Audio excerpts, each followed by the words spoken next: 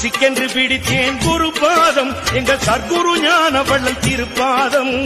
சிக்கென்று பிடித்தேன் குருபாதம் எங்கள் சர்க்குரு ஞான வள்ளல் திருப்பாதம்.